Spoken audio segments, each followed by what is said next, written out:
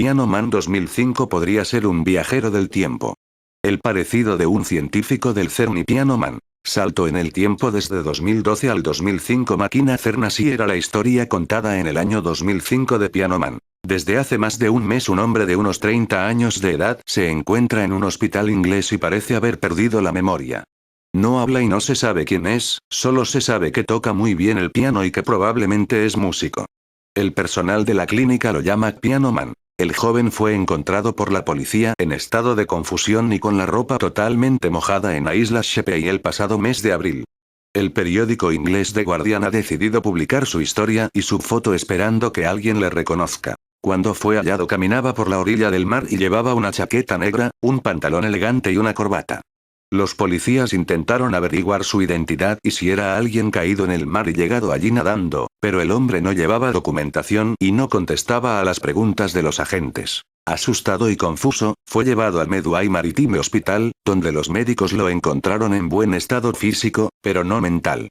Cuando ha llegado al hospital de la ciudad, no reaccionaba a ningún estímulo. Después de unos días desde su rescate, un médico decidió darle un papel y un lápiz para analizar su reacción y el joven ha dibujado un piano de cola. El doctor lo ha acompañado al piano de la capilla y él ha empezado a tocar el instrumento. El dibujo del piano de cola. Foto. The Guardian, el dibujo del piano de cola. Foto. The Guardian, al cabo de unos días fue trasladado al hospital de Dartford, donde tiene la posibilidad de tocar cuando quiere. Toca divinamente y todo el mundo disfruta de su música. Pero no sabemos nada sobre él, dado que continúa sin hablar, ha declarado el director del departamento psiquiátrico del hospital. Los médicos han reconocido que cuando Piano Man empieza a tocar parece que los síntomas de su enfermedad desaparezcan. Los empleados del centro sanitario cuentan que se sienta delante del piano y toca durante horas sin descanso. A menudo interpreta el Lago de los Cines de Tchaikovsky u otras melodías desconocidas que probablemente ha compuesto él, que recuerdan la obra del compositor italiano Ludovico Einaudi. Los médicos destacan que la música puede jugar un papel muy importante en la recuperación del joven.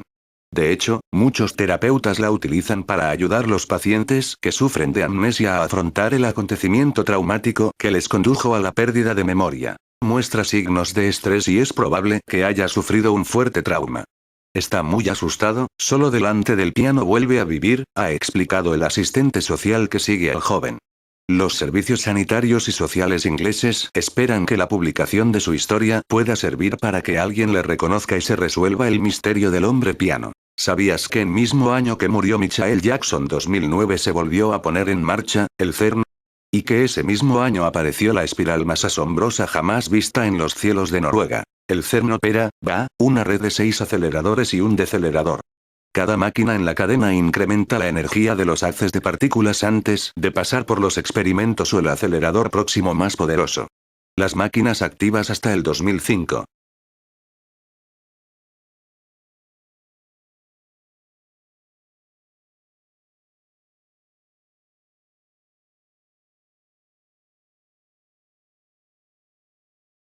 Michael Jackson viajó en el año 1992 a Noruega para supervisar la máquina de tiempo con la que realizaría su viaje a un mundo paralelo en el tiempo. Previsto para el año 2009 en Noruega, en ese año se reunían las condiciones que se necesitan para abrir puertas estelares en el tiempo, y el lugar sería en Noruega en el año 2009. Una pista que Michael Jackson lanzó de sus intenciones en el concierto de Noruega del año 1992-1992 fue el título de la gira concierto. El título de aquel concierto del año 92 era El mundo de los sueños de Michael.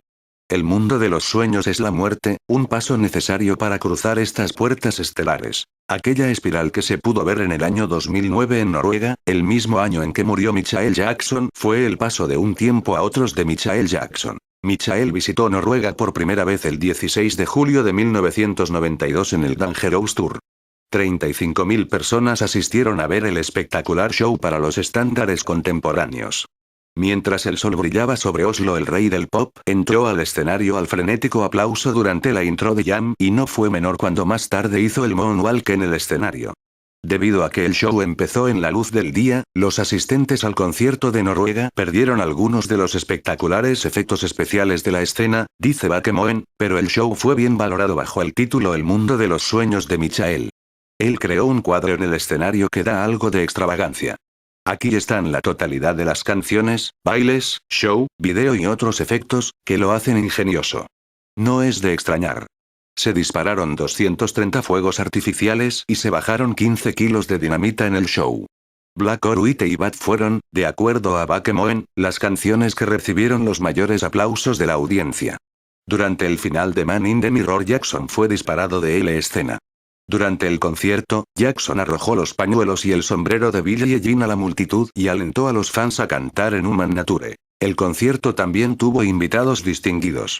La reina del soul, Diana Ross, fue la invitada de honor junto a su esposo, Arne Naes, y su hijo Evan Olaf Ross Arne. Creo que el show fue grandioso, dijo Diana Ross cuando la encontraron luego en el Grand Hotel. Ella estaba llegando para felicitar al rey del pop. Jackson ha descrito a Diana como una madre, hermana y novia en una misma persona, y le envió saludos a la reina del soul y su familia desde el escenario. Gracias, te amo, le dijo el rey del pop en el escenario de Oslo. Pasaron 5 años antes que Jackson estuviera otra vez en Oslo. En 1997, el History Tour, un show más espectacular que en 1992. El concierto fue descrito como una mina de oro para Oslo. Durante su última actuación estuvo el mejor Michael Jackson. Jackson vistió 11 trajes durante el show, fue ejectado de una cápsula espacial y cerró con grandes astas con banderas, y un coro de niños consistente en 20 niños noruegos cantando Heal the World. También apareció el tanque en el escenario y los soldados marcharon durante Art Song. En total, el show fue diferente a todo lo que se había visto en un escenario de Noruega hasta entonces. No creo que ningún artista del pop presente un show mejor que el que Michael Jackson presentó ayer, escribió Kurt Moen. Esta es la chica que subió al escenario en Jana. En la noche del 8 al 9 de diciembre pasados, una misteriosa luz espiral pudo verse sobre los cielos noruegos, entre Trondelag y Finnmark. Muchas personas tomaron fotografías y grabaron vídeos. Laila Enoxen tenía 16 años cuando tuvo esta experiencia que nunca olvidará. Fue empujada al escenario y bailó con el rey del pop frente a 35.000 personas. Grité y lloré mientras lo abrazaba. No caía en la cuenta de lo que pasaba, pero aquí está la foto que muestra que soy yo. Fue seleccionada por los guardias de seguridad y llevada al escenario, y al final de la canción, Michael se arrodilló ante Laila. Su corazón latía como nunca antes y un guardia se la llevó de allí. Yo estaba en shock, aún hoy apenas creo lo que pasó. Cuando Laila se casó, bailó Smooth Criminal para sus invitados.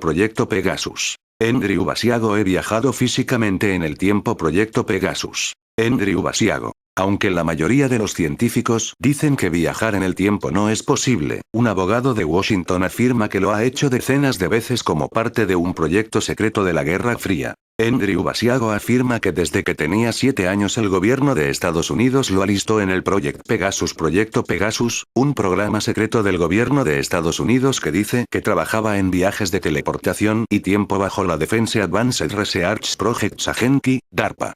Proyecto Pegasus. Andrew Basiago. He viajado físicamente en el tiempo. He viajado físicamente en el tiempo, dice Andrew Basiago. Lo tenemos, nosotros lo hicimos hace 40 años atrás. Ahora Basiago está en una misión, para revelar lo que él llama 40 años de encubrimiento del gobierno del proyecto Pegasus, donde dice que fue teletransportado hacia atrás y hacia los lados en el tiempo, docenas de veces. Tengo toda la historia, tengo cientos de hechos, dice. Puedo decirte qué personal estaba en qué lugares y qué dispositivo de viaje se estaban utilizando. Entré en el programa oficialmente en el otoño de 1969 como un estudiante de tercer grado, de 7 años, dice Basiago. Andrew Basiago dice que fue uno de los 140 niños, 60 adultos, crononautas. Saltamos a través del campo de energía, y parecíamos movernos muy rápidamente, pero también había una paradoja ya que parecíamos no ir a ninguna parte en absoluto, dice. Paradojas, reclamos no científicos, historias increíbles y encuentros en la Tierra y Marte, incluyendo una reunión con Barack Obama cuando el presidente era un niño. Basiago también dice que viajó en el tiempo 6 veces al Ford Theatre, Teatro Ford, al día en que el presidente Lincoln fue asesinado, pero él no lo vio suceder. También vio el presidente Lincoln en otra famosa ocasión. De hecho, durante una exploración, la de Gettysburg, el discurso de Gettysburg, yo estaba vestido como niño corneta de la Unión, dice. Así es, él estaba en el discurso de Gettysburg. Dice que una famosa foto, arriba, tomada ese día lo demuestra. La foto muestra a un niño corneta que dice ser él. Es la única prueba visual que ofrece para cualquiera de sus viajes, nada más. Yo estaba físicamente en Gettysburg, dice Basiago. Un túnel se abría en el espacio-tiempo como una pompa de jabón siendo soplada por un niño, dice. Y cuando esa burbuja se cierra, nos reposiciona en otro lugar en el tiempo-espacio en la faz de la Tierra. Algunos dirían que Basiago sigue viviendo en una burbuja, pero ha puesto su reputación profesional en situación de riesgo, alegando que los viajes en el tiempo no son ciencia ficción, porque él lo hizo. Andrew Basiago comparte su historia de viajes en el tiempo y el proyecto Pegasus con el activista y locutor de radio Bob Tuskin. Esta estatua tiene 3000 años de antigüedad, se encuentra en el Chicago's Field Museum y desde que murió el Michael Jackson ha sido muy visitada dada las características que tiene la estatua que tiene mucho parecido con el artista. Esta estatua representa una mujer y fue creada en los años 1550, 1050, digan ustedes si viajo o no viajo al pasado Michael. La espiral del año 2009 en Noruega el mismo año en que murió Michael Jackson posible máquina del tiempo de teletransportación.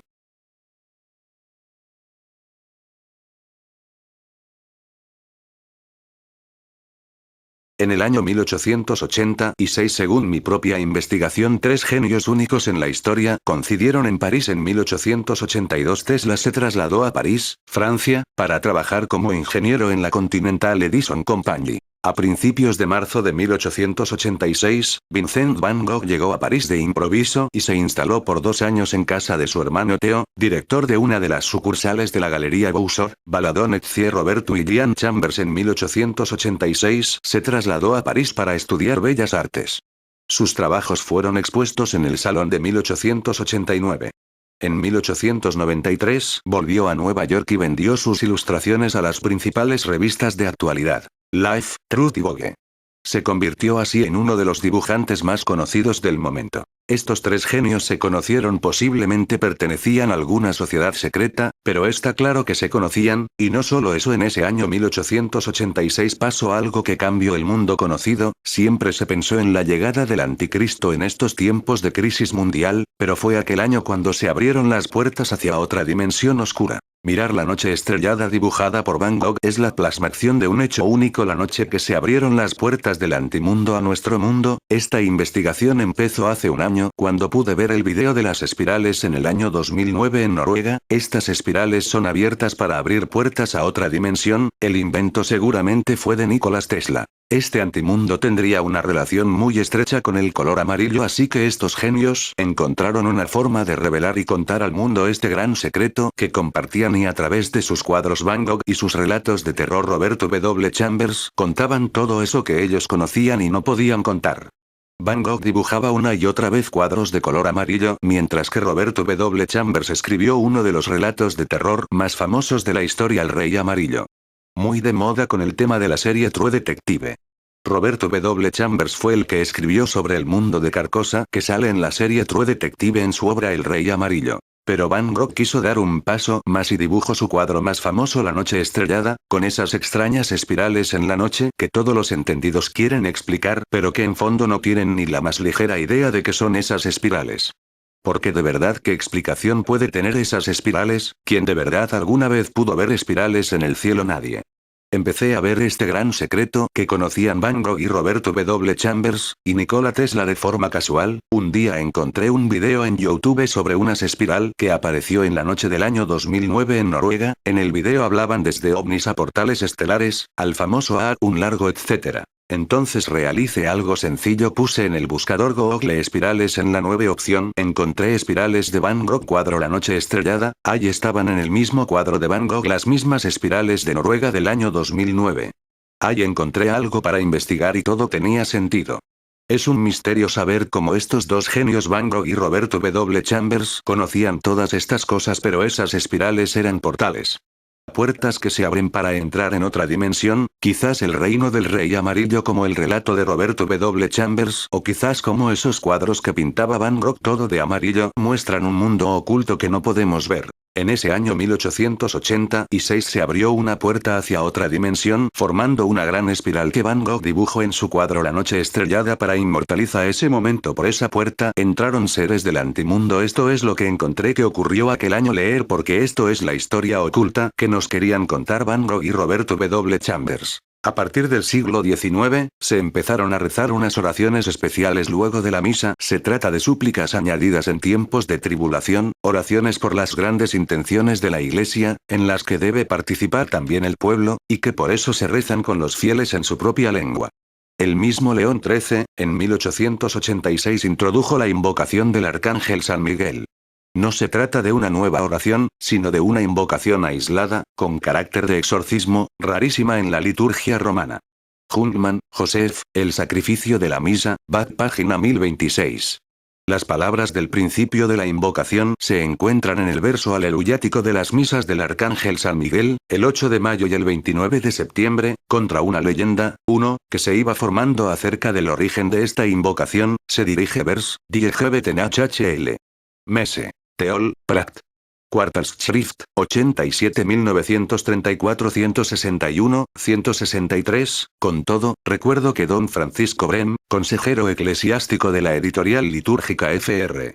Puster, Ratisbona, recién vuelto de un viaje de Roma, nos contó, hacia el año 1928, que en una sesión para la Sagrada Congregación de Ritos, en que se trataba de derogar estas oraciones, y a la que él asistió, cuando ya todos estaban de acuerdo para suprimirlas. Allá es de día como acá es de noche, y al contrario, como allá es de noche acá es de día. J. de Mandevila, Libro de las Maravillas del Mundo, Visor, Madrid, 1984, Capitán Sliff, p. 119. Un anciano cardenal, cuyo nombre no recuerdo, se levantó para contar que el mismo León XIII le había dicho que la invocación de San Miguel la había añadido contra la amenaza de la francmasonería, movido a ello por una revelación sobrenatural, N. del T.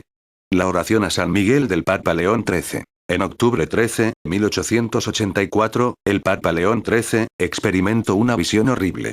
Después de celebrar la Eucaristía, estaba consultando sobre ciertos temas con sus cardenales en la capilla privada del Vaticano, cuando de pronto se detuvo al pie del altar y quedó sumido en una realidad que solo él veía. Su rostro tenía expresión de horror y de impacto. Se fue palideciendo. Algo muy duro había visto. De repente, se incorporó, levantó su mano como saludando y se fue a su estudio privado. Lo siguieron y le preguntaron: ¿qué le sucede, su santidad? ¿Se siente mal? Él respondió: oh, qué imágenes tan terribles se me han permitido ver y escuchar. Y se encerró en su oficina. ¿Qué vio León XIII? Vi demonios y oí sus crujidos, sus blasfemias, sus burlas. Oí la espeluznante voz de Satanás desafiando a Dios, diciendo que él podía destruir la iglesia y llevar todo el mundo al infierno si se le daba suficiente tiempo y poder. Satanás pidió permiso a Dios de tener 100 años para poder influenciar al mundo como nunca antes había podido hacerlo. También León XIII pudo comprender que si el demonio no lograba cumplir su propósito en el tiempo permitido, sufriría una derrota humillante. Vio a San Miguel Arcángel aparecer y lanzar a Satanás con sus legiones en el abismo del infierno. Después de media hora, llamó al secretario para la congregación de ritos. Le entregó una hoja de papel y le ordenó que la enviara a todos los obispos del mundo, indicando que bajo mandato tenía que ser recitada después de cada misa, la oración que ahí él había escrito. En esta historia se puede ver el anuncio de Satanás de la llegada de su reino a nuestro mundo. La noche estrellada dibujada por Van Gogh el día que estas puertas se abrieron para la entrada de este reino que durante más de 200 años domina este mundo desde aquel día. En la serie True Detective encontrarás de forma subliminal la amistad de estos dos genios que lucharon contra este mundo satánico que nos domina, incluso podemos encontrar un cierto parecido en uno de los protagonistas con Van Gogh. Quizás algún día podamos saber quién es Nikola Tesla en la serie Quizás el Rey Amarillo. El extraño destino de Nikola Tesla. Segundo misterio. Un inquietante estallido conmovió la vecindad, seguido por el tintineo de cristales rotos de los edificios de la cuadra. Los vecinos alarmados, ingresaron al recinto del cual había surgido el imprevisto temblor y encontraron a un hombre, dando frenéticos golpes a un extraño artefacto para detenerlo. No era la primera vez, ya en otras oportunidades, el vecindario había sido sorprendido por relámpagos y truenos que alteraron sus apacibles tardes. Corrían rumores insólitos, al parecer este extraño individuo provocó un terremoto a escala, al conseguir una frecuencia de resonancia que casi derribó al edificio en donde vivía. ¿Una máquina que produce terremotos? Delirante. Nadie podía creer semejante fantasía. Sin embargo, desde aquel laboratorio seguían saliendo impresionantes relámpagos, sonaban ensordecedores truenos que se escuchaban a más de 30 kilómetros de distancia y además había temblado la cuadra. ¿Quién era aquel extranjero alto, esquivo, de rostro enjuto y mirada melancólica? Su historia se inicia en el pequeño poblado de Smiljan, otrora parte del hoy inexistente Imperio Austrohúngaro, el 10 de julio de 1856. Su padre un religioso de la Iglesia Ortodoxa Serbia, su madre una campesina analfabeta. Poco se sabe de su formación, salvo que hizo algunos cursos en la Universidad de Carolina en Praga y otros en la de Graz, pero sin completar sus estudios. Nikola Tesla, de él estamos hablando, era un verdadero autodidacta, aquellos que justifican el antiguo adagio que dice la universidad pule las piedras, pero opaca los diamantes. Rebelde a la polvorienta ortodoxia académica, supo sobrevivir a ella renunciando a sus exigencias pueriles, para brillar en la soledad de sus realizaciones, como un astro único en la historia de la ciencia. Trabajó en diversos lugares: Praga, Eslovenia, Budapest y París. En esta última en la filial francesa de la Continental Edison Company, de propiedad de un ícono de la ciencia moderna Thomas Alva Edison. Su talento sobresalía tanto entre sus colegas, que un ejecutivo de la compañía, Charles Batchelor, lo animó a viajar a Estados Unidos recomendándolo al propio Edison con una carta que decía: «Conozco a dos grandes hombres, usted es uno de ellos y el otro es este joven». Esta carta, que cualquiera pensaría como un pasaporte al éxito y al bienestar, muy por el contrario fue la entrada al averno de la humillación, la explotación, el robo intelectual y la calumnia. El gestor de tamaña injusticia. Thomas Alva Edison, para muchos ejemplo de generaciones y paradigma del hombre moderno, sin embargo parece haber sido uno de los mayores fraudes de la historia de la ciencia. ¿Quién fue Tesla?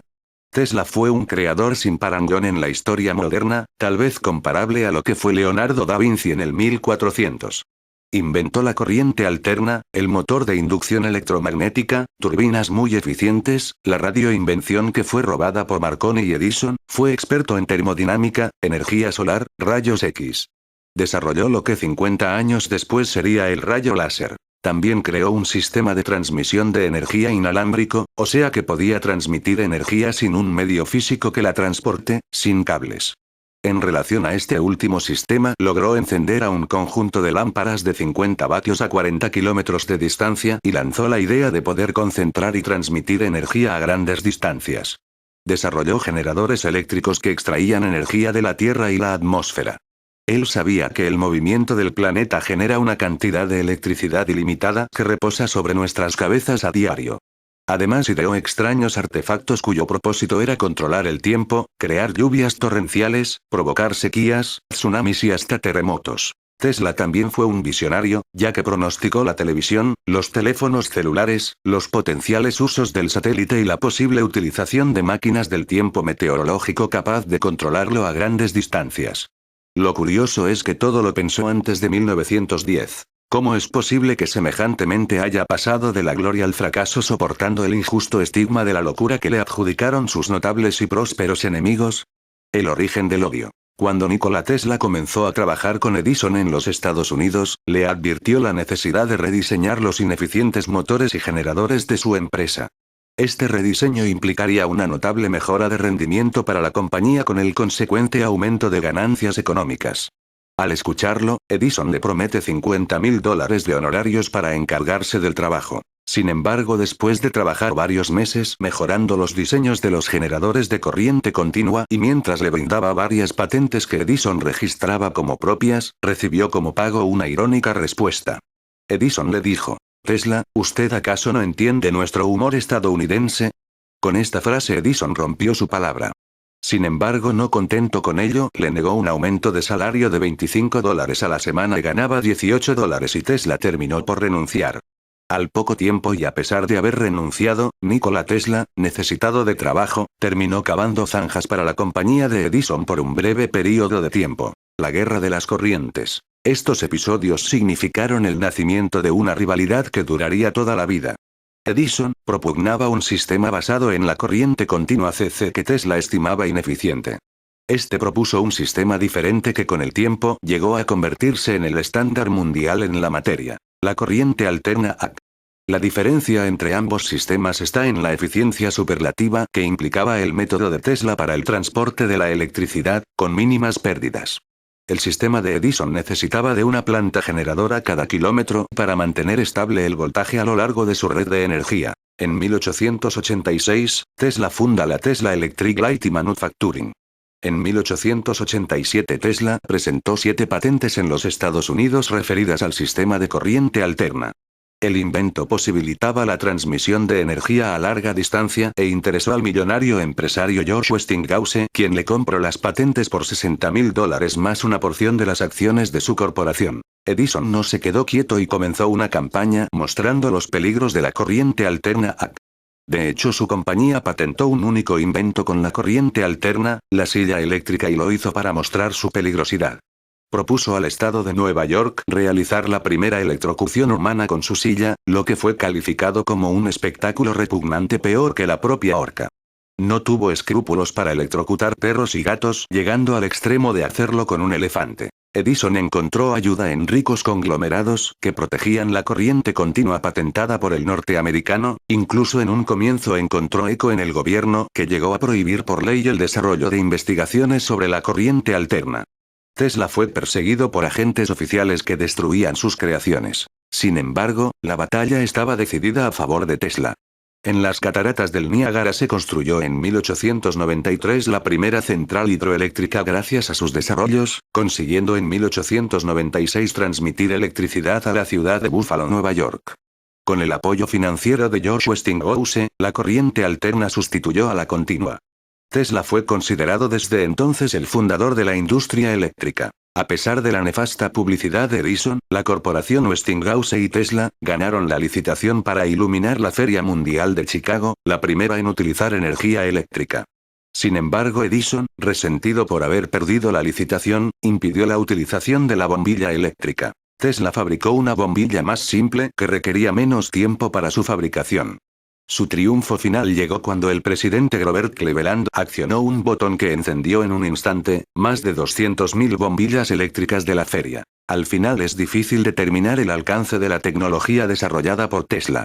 Algunos creen que sus invenciones han sido utilizadas por el gobierno, incluyendo posiblemente como prototipo de ARP, otros creen que muchas de sus proyectos al final de su vida eran irrealizables, sueños cósmicos afincados en el éter o en un poder mesmérico de la electricidad. De cualquier forma, la historia de Tesla es fascinante y merece investigarse con mayor profundidad.